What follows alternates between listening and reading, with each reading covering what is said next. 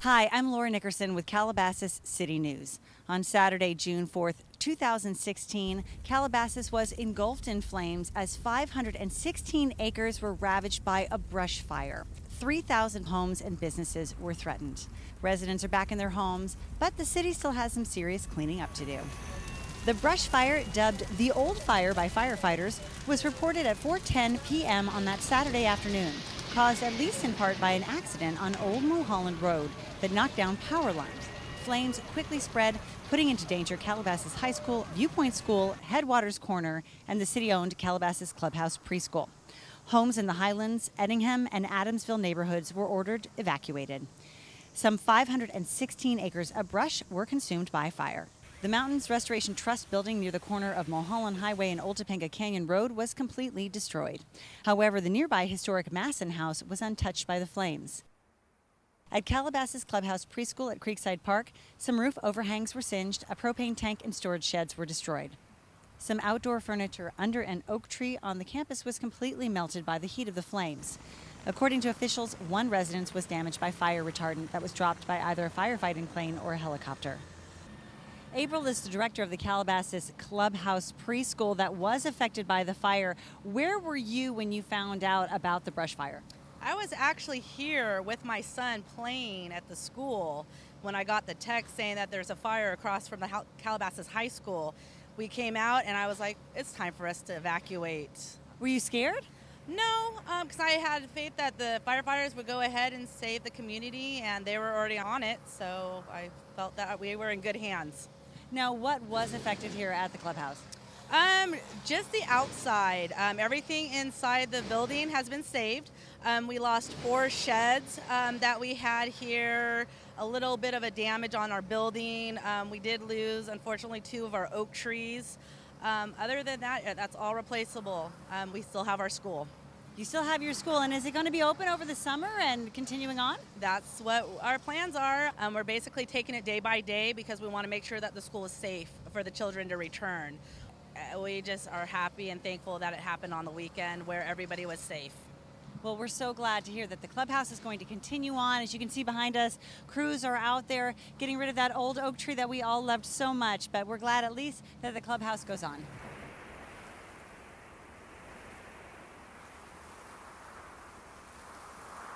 So as you can see, there was some damage to the play structure out here in the play yard. Now this is for the younger kids in that area, and you can see it melted right here down. It's solid now, but I know it was melting before, and if you look up here, you can see that there was some damage by the heat and the flames over here to the play structure, although remarkably, most of the play yard stays pretty much intact.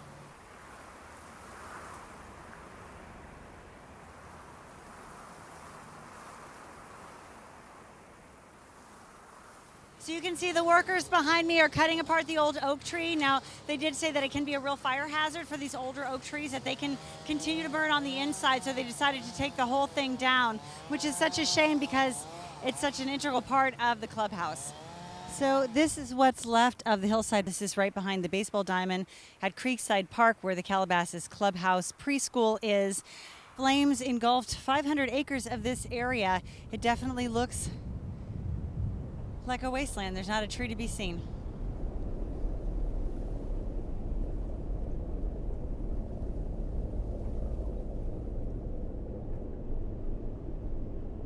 So the city staff of Calabasas has been out here as a part of cleaning up, taking care of this fire. How long have you been here?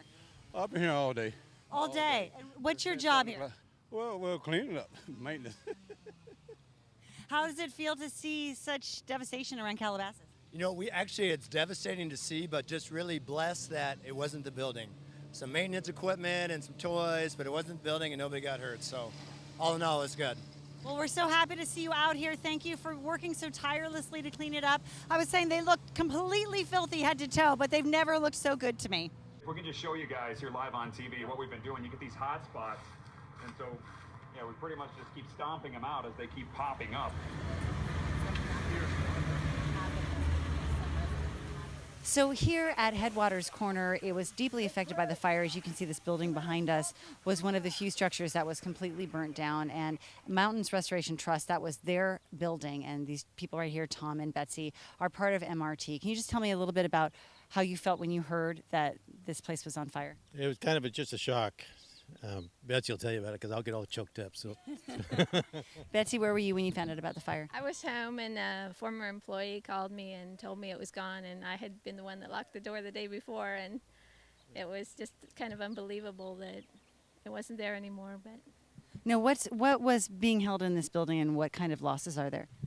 okay, this is our headquarters, so we have about 7 vegetation crew staff, the executive director, restoration manager, and then we also have the crayfish team that's also in there.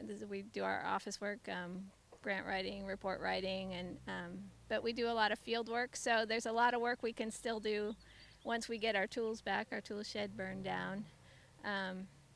We'll just get up and running, and we'll switch gears and move over to the Masson House, that historic home on the property that was not destroyed.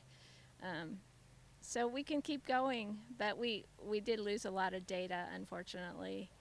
Now, what would the community be able to do to come out and help you rebuild and help support MRT?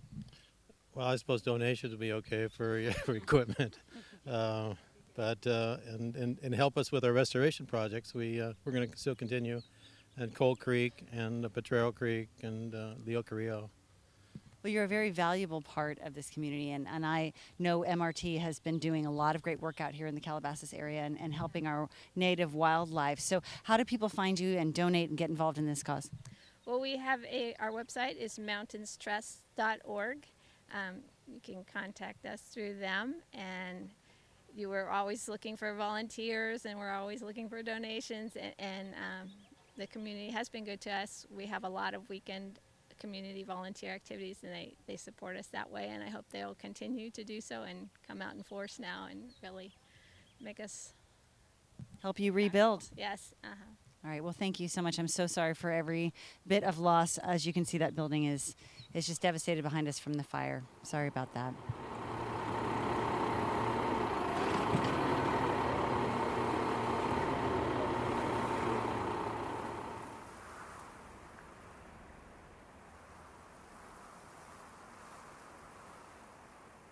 We'd like to extend a special thank you to all of the firefighters who worked so hard over the last 48 hours to put out this fire, that made sure that no homes were lost and no lives were lost. So thank you to you.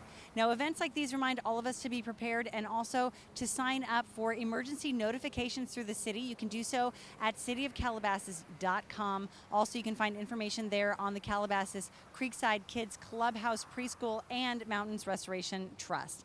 I'm Laura Nickerson. Thank you for joining me for this special edition of Calabasas City News.